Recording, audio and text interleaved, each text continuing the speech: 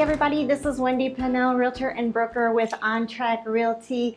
Wanted to talk to you guys today about something you might find very counterintuitive, okay? When does it make sense to use an out-of-town realtor? What? Why would you want to do that? It absolutely makes sense, guys, and so let me explain that to you. Okay, let's just say you live right here in the Dallas-Fort Worth area and you're buying a house, I don't know, let's just say Odessa, okay? So it's way out there, right? And you think to yourself, well, I guess I'll use my realtor here to sell and another realtor in Odessa. Okay, guys, I want to tell you that's not the smartest move, and here's why. When you're buying and selling with a contingency, you really need to have the left hand know what the right hand is doing. Okay, so what do I mean by that? Well, usually if you're selling your home here and you're trying to buy a home there, usually you can't buy that home until you sell this home. Okay, guys, that's what we realtors call the contingency sale. When you're in that position, the timing is very critical.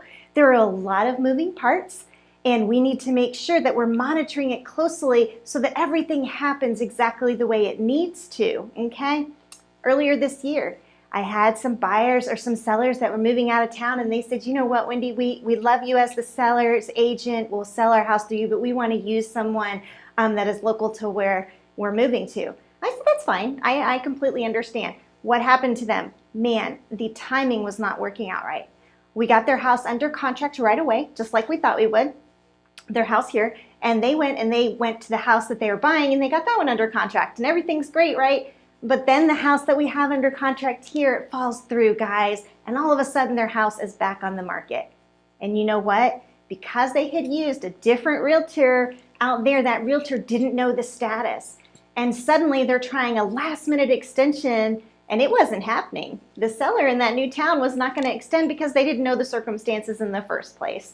Okay, so suddenly now they're frantic, they're trying to close that loan, that home sale, and they're having the hardest time. And why was that? Because the left hand didn't know what the right hand was doing. Okay, guys, so if I'm telling you that you should use the same realtor as where you're local and buying out of town, you're probably wondering, well, how is she going to show that house or know anything about that area?